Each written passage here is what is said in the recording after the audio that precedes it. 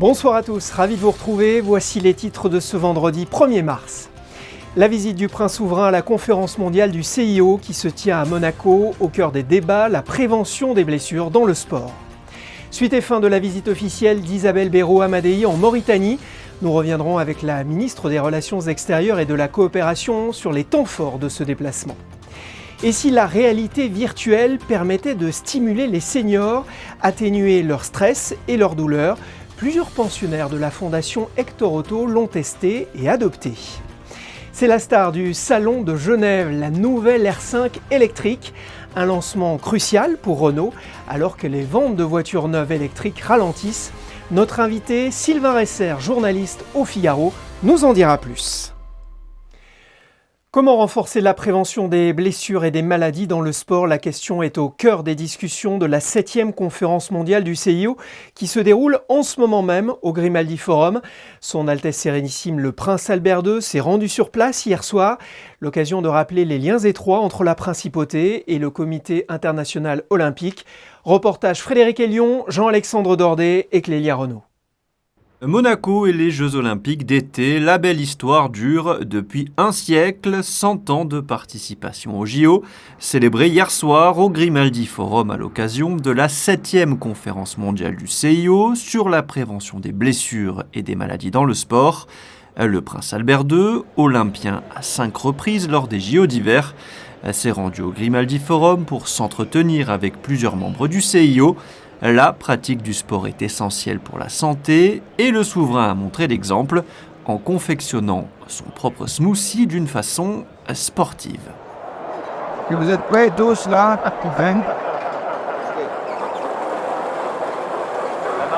C'est bon? Déjà? Ça faisait même pas 30 secondes. Cette conférence mondiale du CIO est organisée en principauté pour la 5e fois consécutive, ici au Grimaldi Forum.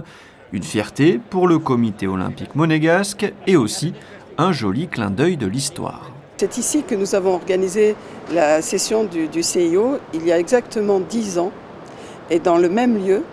Et c'est dans cette session que le CIO a adopté l'agenda 2020 qui a été pendant toutes ces années la feuille de route pour le CIO, et ça s'était passé chez nous aussi. Donc voilà, c'est sympathique de le dire ce soir. Près de 1000 experts de la médecine du sport resteront à Monaco jusqu'à samedi après-midi pour échanger sur les avancées en matière de prévention des maladies et des blessures pour les athlètes. Le prince souverain qui s'est rendu aujourd'hui à Dolce Acqua pour visiter l'exposition Le Château en fête, organisée par le Musée d'anthropologie préhistorique de Monaco, dans le cadre du jumelage et des liens historiques entre le village italien et la famille Grimaldi. On part maintenant en Mauritanie pour évoquer la fin de la visite officielle d'Isabelle Béraud Amadei. On retiendra la première réunion de la commission bilatérale de coopération et la rencontre avec les partenaires de la direction de la coopération internationale. La ministre dresse pour nous le bilan de ce déplacement. Au micro d'Émilie Rousseau, un entretien réalisé sur place avec Olivier Bonello. Bonsoir Isabelle Béraud Amadei. Bonsoir Émilie. Cette visite officielle touche à sa fin. Comment résumer ce déplacement dans un pays qui est un partenaire historique de la Principauté? Effectivement, vous l'avez dit Émilie, c'est un partenaire historique puisque la Mauritanie fait partie des 11 pays partenaires de la coopération monégasque, une collaboration qui a débuté en 1996 sur des bases techniques dans le domaine de la protection civile, sécurité civile. Et cette collaboration a permis de fonder des bases solides pour prospecter sur d'autres domaines de la coopération. Et c'est la raison pour laquelle, actuellement, nous intervenons dans les 4 domaines prioritaires d'intervention de la coopération, qui sont la santé infantile et maternelle, la sécurité alimentaire, l'accès au travail décent, l'éducation et la protection de l'enfance. Donc nous sommes ici en Mauritanie où nous allons sur le terrain pour voir comment se déploient ces 4 domaines prioritaires d'intervention. Oui, 11 projets sont soutenus ici en Mauritanie actuellement. Vous êtes allé dans un premier temps à Nouakchott avant de vous rendre dans le sud-ouest du pays. Que retiendrez-vous de ces échanges ? Eh bien, plusieurs choses. D'abord, je dois dire que nous avons commencé notre semaine par des rencontres plus institutionnelles Nous avons été reçus au plus haut niveau de l'État mauritanien. Nous avons pu échanger avec le Premier ministre, avec le ministre des Affaires étrangères, avec le ministre de la Défense et également avec la ministre de l'Environnement. Donc vraiment un accueil très chaleureux de la part des autorités. J'ai également eu l'occasion pour la première fois de coprésider avec mon homologue le ministre des Affaires étrangères la commission bilatérale de coopération. Je rappelle que nous avons conclu un accord bilatéral de coopération avec la Mauritanie en 2016 et que nous n'avions encore jamais eu l'occasion de tenir cette première réunion. Donc c'est chose faite ici à Nouakchott. Ça a été très utile, je crois, d'abord pour mieux nous connaître, pour faire un bilan des actions qui ont été menées ici dans ce beau pays depuis 2016 et puis aussi d'envisager les perspectives d'avenir. Ensuite, effectivement, l'autre volet, c'est le volet terrain, où nous sommes allés à Nouakchott et ensuite nous avons pu aller dans le sud-ouest, au plus près de nos partenaires. Et là, je dois dire que j'ai rencontré des partenaires très engagés, une jeunesse mauritanienne qui a envie de faire, qui a le don de l'entrepreneuriat et nous avons été emplis d'énergie par les contacts que nous avons pu avoir avec les partenaires de la coopération. Oui, ce sont tous des partenariats au bénéfice de tous, au plus proche de la population mauritanienne. Alors c'est tout à fait le but de la coopération monégasque. Ici en Mauritanie, nous allouons 40% de l'aide aux acteurs locaux. L'idée, c'est vraiment que ce soit des projets qui soient faits par les Mauritaniens, pour les Mauritaniens et bien évidemment en convergence exclusivement avec les priorités et les besoins qui sont formulés par la Mauritanie. Isabelle Béraud-Amadei, ce déplacement est aussi l'occasion de mettre en valeur le travail de la direction de la coopération internationale, mais aussi de la coordinatrice pays ici à Ouadiop et du consul de Monaco en Mauritanie. Oui, je dois dire que je suis vraiment très fière du travail qui est effectué par toutes les équipes de la coopération internationale et notamment ici en Mauritanie. J'ai été accompagnée par Bastien Niquez, par Émilie Sylvestre, qui sont très engagés dans le soutien des projets en Mauritanie. Et puis bien évidemment, rien ne pourrait se faire sans l'aide de monsieur le consul Camara, qui est une grande figure dans le pays, tout le monde le connaît, et qui est très actif, qui depuis sa nomination en 2006 appuie notre travail. Et puis la coordinatrice pays, Madame Awa Diop, qui elle aussi connaît très bien son pays, qui nous aide énormément dans la supervision quotidienne, j'allais dire, des projets soutenus ici. Madame la ministre, c'était votre premier déplacement officiel en Mauritanie, votre première fois dans le pays. S'il y avait un mot, un sentiment pour résumer ce déplacement. Alors effectivement, c'est la première fois en Mauritanie, ça ne sera sûrement pas la dernière. Ce que je retiens, c'est d'abord la gentillesse des Mauritaniens, leur accueil. Et puis surtout, on sent vraiment qu'il y a un potentiel, un dynamisme dans ce pays. Il leur manque peu de choses pour avancer vraiment. Eh bien, merci beaucoup Isabelle Béraud-Amadei. Merci. La réalité virtuelle passionne, intrigue, inquiète parfois. On ne va pas vous parler ce soir du pire, mais du meilleur. La fondation Hector Otto l'utilise depuis quelques mois à des fins thérapeutiques et les effets bénéfiques sont bien réels, comme l'ont constaté Théo Schumer et Alexandra Marangoni. Ce casque de réalité virtuelle est la grande nouveauté de la résidence Guillaume Chameau-Drapier. Il permet d'aider les résidents à se soigner sans qu'ils n'en aient l'impression. Ici, Jacques et Colette ont choisi de voyager en Égypte sans bouger de leur siège et sous supervision. Et donc là, devant vous, vous vous retrouvez devant une façade avec de nombreux hiéroglyphes sculptés. Parmi les objectifs thérapeutiques qu'on va avoir, on va pouvoir travailler sur l'anxiété, en réduisant l'anxiété. On va pouvoir limiter l'apathie, donc ce comportement de repli sur soi. On va pouvoir donner à la personne l'opportunité d'explorer un environnement agréable pour favoriser les émotions positives et lui permettre de verbaliser, de sortir de son apathie.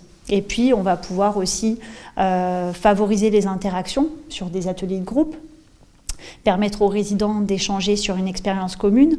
On va pouvoir aussi stimuler la mémoire autobiographique, mais aussi la mémoire sémantique sur les connaissances qu'on a pu acquérir à travers le monde.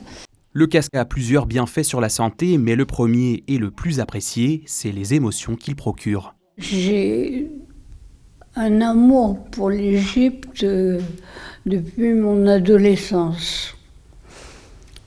Je ne dis pas que j'ai tout retenu ce qu'on m'a montré, mais on ne peut pas être indifférent.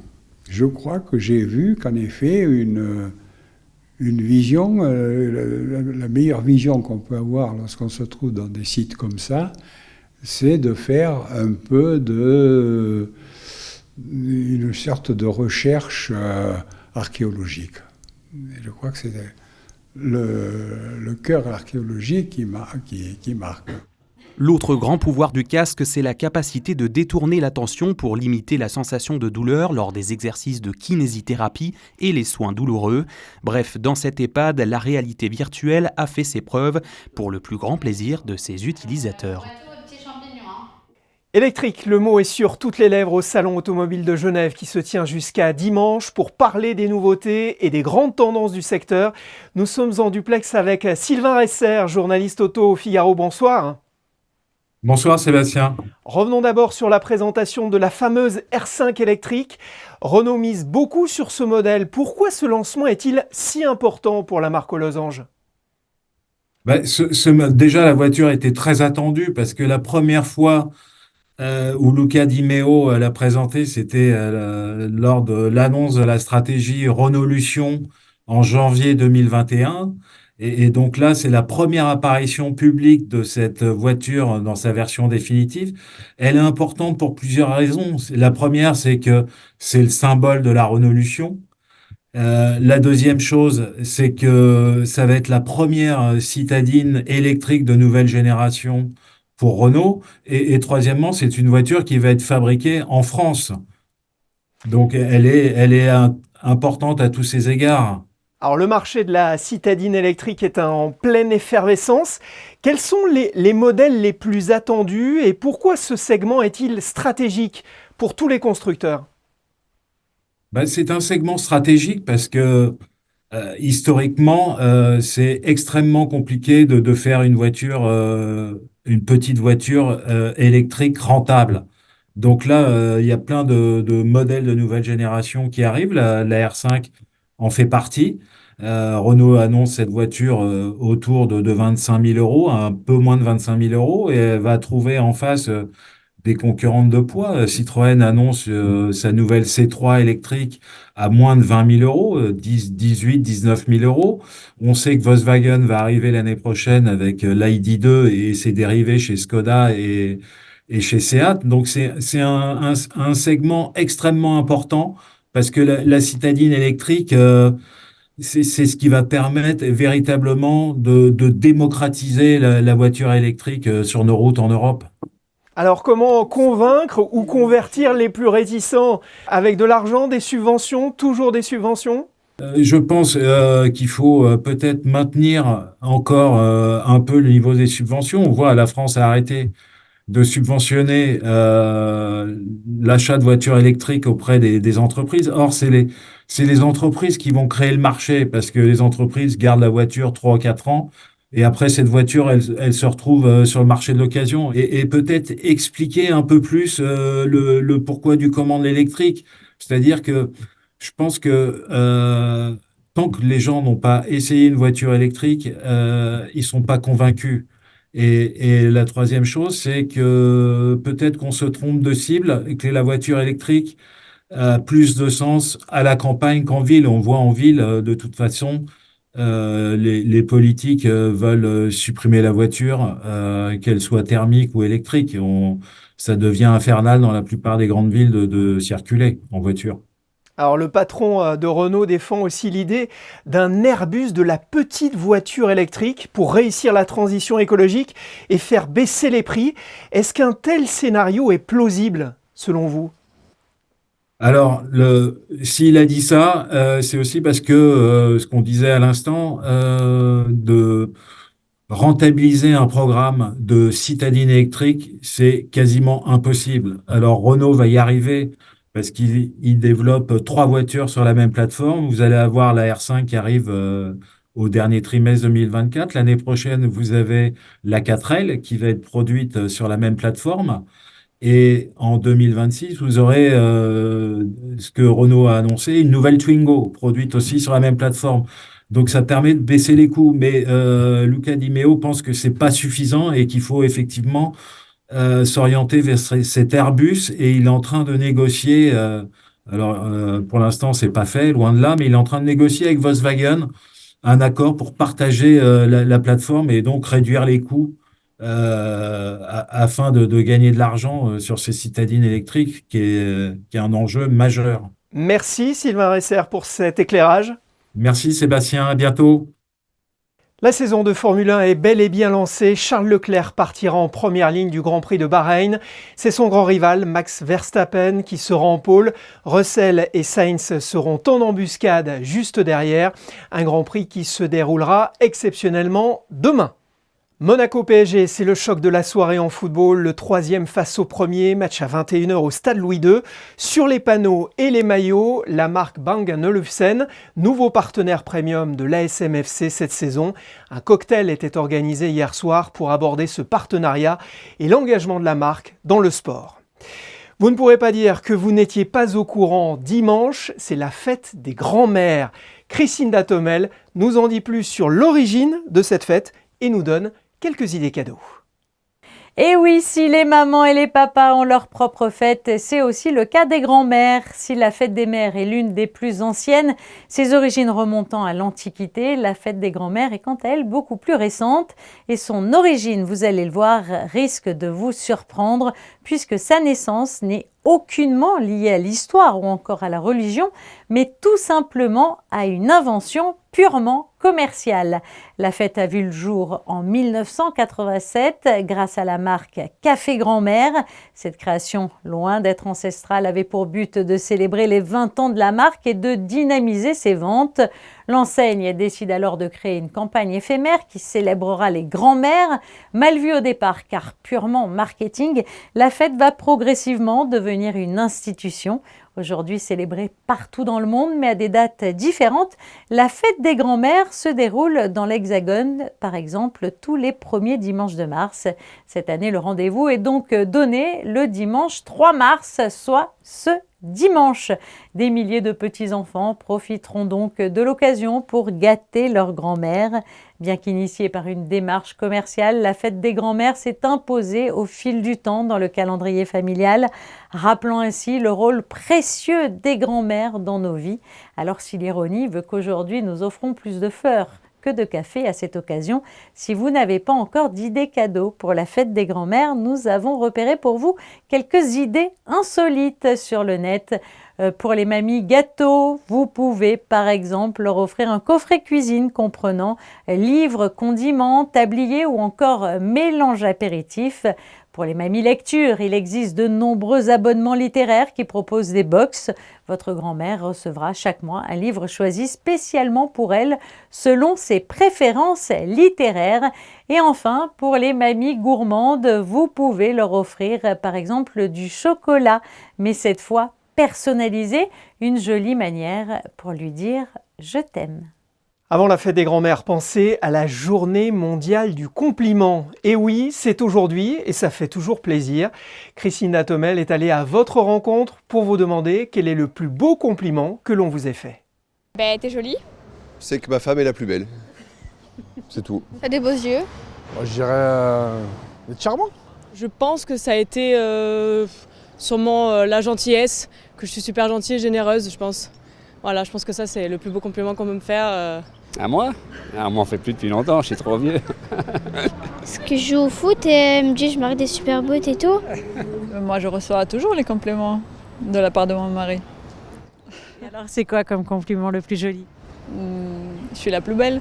Je chantais bien, voilà. C'est déjà pas mal. Alors, on peut avoir un petit extrait? And now the end is near, and so I face the final curtain. Effectivement, très belle voix, toutes nos félicitations. Allez, on passe à la météo. Bonjour Alban Jean-Jambre. Quel temps pour ce samedi ?